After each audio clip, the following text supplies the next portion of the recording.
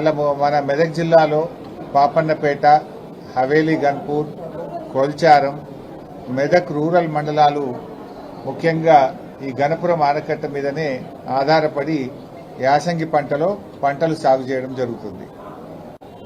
అయితే సింగూరు ప్రాజెక్టు మరమ్మతు చేయాలనేటువంటి పేరిట ఇవాళ సింగూరు ప్రాజెక్టు మొత్తం కూడా ప్రభుత్వం ఖాళీ చేసింది. ప్రభుత్వం సకాలంలో చర్యలు తీసుకోకపోవడం వల్ల సింగూరు మరమ్మతు పోయిన వేసవి కాలంలో చేసి ఉంటే ఇవాళ యాసంగి పంటలో రైతులకు ఇబ్బంది ఉండేది కాదు. మరి ఇప్పుడు కూడా సింగూరులో దాదాపు 15 టీఎంసీల నీళ్లు ఉన్నాయి. యాసంగి పంటను కాపాడుతూ కూడా సింగూరు ప్రాజెక్టును మరమ్మతు చేయడానికి అవకాశం ఉంది. కానీ ప్రభుత్వానికి చిత్తశుద్ధి లేదు. ఇవాళ రైతుల్ని చాలా కన్ఫ్యూజన్లో పెడతా ఉన్నారు. ఇవాళ చాలా మంది రైతులు కూడా ప్రభుత్వం నుంచి ఏదైనా స్పష్టత ఇస్తారేమో, ఏదైనా ప్రకటన ఇస్తారేమో అని చెప్పి చూస్తా ఉన్నారు.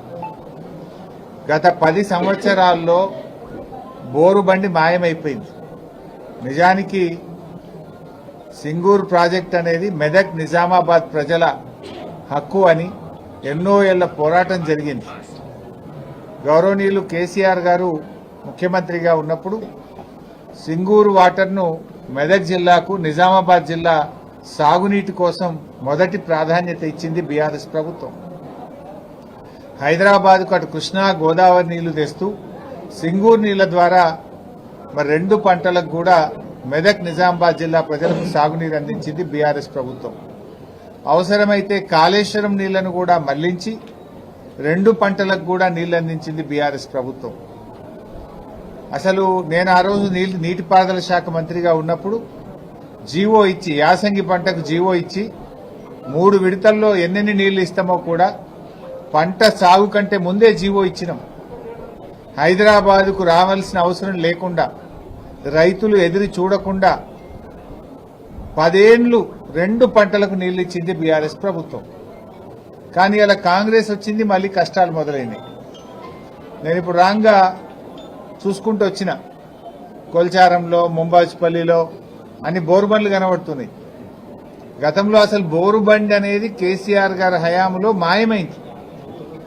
యాసంగికి నీళ్లు వస్తాయా రావా అని మా పాపన్నపేట రైతులు, మా హవేలీ గన్పూర్ రైతులు, మా కొల్చారం రైతులు బోర్లు వేసుకుంటా ఉన్నారు.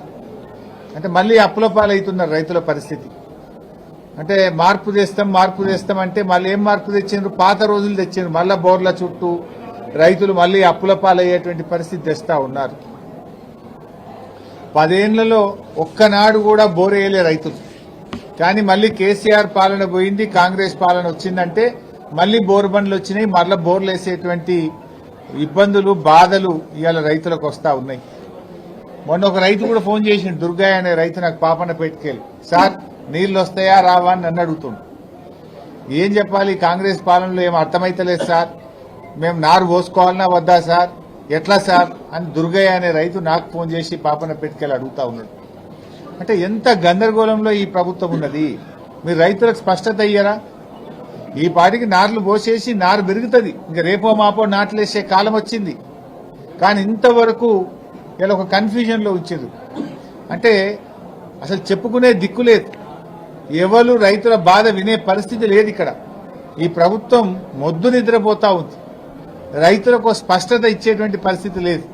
అందువల్ల మేము ప్రభుత్వాన్ని డిమాండ్ చేస్తా ఉన్నా, తక్షణమే రైతులకు యాసంగి పంటకు నీళ్ల విషయంలో స్పష్టత ఇవ్వండి. లేదంటే క్రాప్ హాలిడే ప్రకటించి రైతులకు నష్టపరిహారం అని ఇవ్వండి, డబ్బులు ఇవ్వండి. ఇది గవర్నమెంట్ ఫెయిల్యూర్. అయితే నీళ్లు ఇవ్వండి, నీళ్లు ఇవ్వకపోతే నీళ్లు ఇవ్వలేకపోతున్నామని ప్రజలకు, రైతులకు స్పష్టత ఇచ్చి ఎకరానికి ఎంత ఇవ్వాలనో రైతులకు డబ్బులైనా ఇచ్చి రైతులను ఆదుకోండి.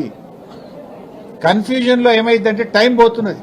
నారు పోయాలా వద్దా, నాట్లు వేయాలా వద్దా, ఈ కన్ఫ్యూజన్ లో రైతులు బోర్లేసి మోటార్లు పెట్టి అప్పులపాలైతా ఉన్నారు. తక్షణమే సింగూరు జలాల విషయంలో రైతులకు స్పష్టత ఇవ్వాలని, సాగునీటిని విడుదల చేసి రైతాంగానికి 3 విడతల్లో నీళ్లు ఇచ్చి యాసంగి పంటకు సాగునీరు అందించాలని డిమాండ్ చేస్తున్నాం. ఒకవేళ ఇవ్వలేని పక్షంలో స్పష్టమైన ప్రకటన ఇచ్చి రైతులకు మరి నష్టపరిహారం అందించాలని చెప్పి రైతుల పక్షాన, బీఆర్ఎస్ పార్టీ పక్షాన ఈరోజు మేము డిమాండ్ చేస్తా ఉన్నాం. ఈ ప్రభుత్వమే రైతు వ్యతిరేక ప్రభుత్వం. ఈ ప్రభుత్వం వచ్చిన తర్వాత అడుగడుగునా రైతుల కష్టాలు పెడతా ఉన్నారు. పోయిన వానకాలంలో యూరియా దొరకలేదు, పోయిన వానకాలంలో జనుము జీలుగు విత్తనాలు దొరకలేదు. రైతులను రకరకాల ఇబ్బంది పెడుతున్నారు. ఇదే మెదక్కొచ్చిన ముఖ్యమంత్రి గారు ఏడుపాయల అమ్మవారి మీద ప్రమాణం చేసి, మెదక్ చర్చి మీద ప్రమాణం చేసి రుణమాఫీ చేస్తా 15 ఆగస్టు కల్లా అన్నాడు. ఎన్ని 15 ఆగస్టులు పోయినాయి రేవంత్ రెడ్డి?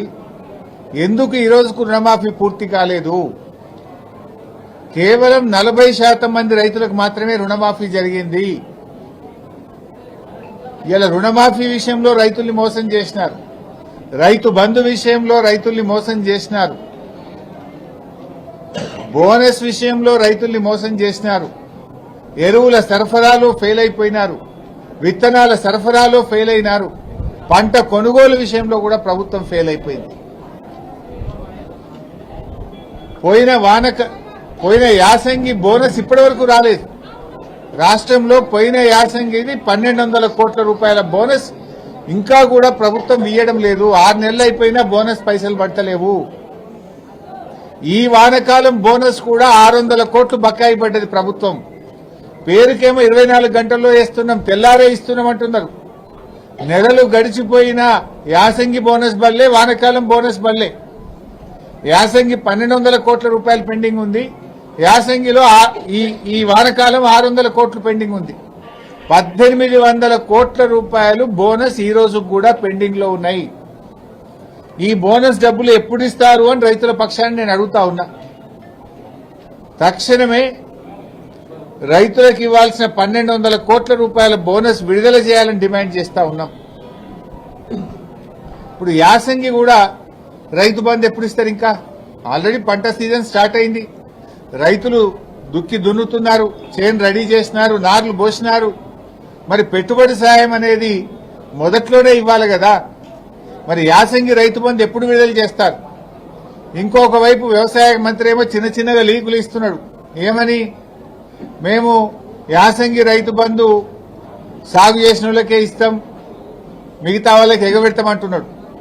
అంటే ఇప్పుడు ఓట్లు అయ్యేదాకా ఆగినరా? యాసంగిలో ఎవరికి ఇస్తారు, ఎవరికి ఇవ్వరు? ఈ రాష్ట్రంలో 50-60 లక్షల ఎకరాల్లో పత్తి సాగు చేసే రైతులు ఉంటారు. వాళ్ళు ఒక పంటనే చేస్తారు, పత్తి 6-7 నెలల పంట. మరి ఆ పత్తి రైతులకు ఇస్తారా, ఇయ్యరా? చెరుకు రైతులు, పసుపు రైతులు, అనేక మంది రైతులు ఉన్నారు.